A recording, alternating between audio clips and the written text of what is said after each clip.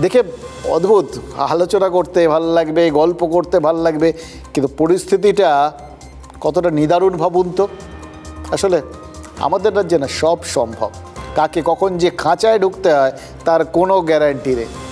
এই নিয়োগ দুর্নীতি মামলায় নেতা মন্ত্রীরা সব খাঁচায় ঢুকে গেলেন, অথচ দেখুন কাদের খাঁচায় ঢোকার কথা ছিল, যত চোর ছ্যাচোর এদের তো খাঁচায় ঢোকার কথা ছিল, তারা সব বাইরে বল তবিয়তে ঘুরে বেড়াচ্ছে।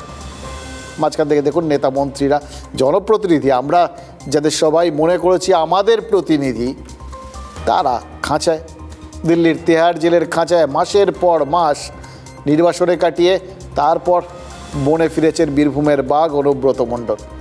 মানিক ভট্টাচার্য খাঁচা মুক্ত আপাতত, জ্যোতিপ্রিয় মল্লিকও খাঁচার বাইরে বেরোতে পেরেছেন, ঢুকতে তো হয়েছিল। হ্যাঁ, ফিরেছেন এরা সবাই, তবে মাচায় উঠতে পারেননি। খাঁচার থেকে মাচায় পৌঁছানোর রাস্তাটা এখনও বেশ কঠিন, মানে দলের মঞ্চে এখনও ঠাঁই হয়নি।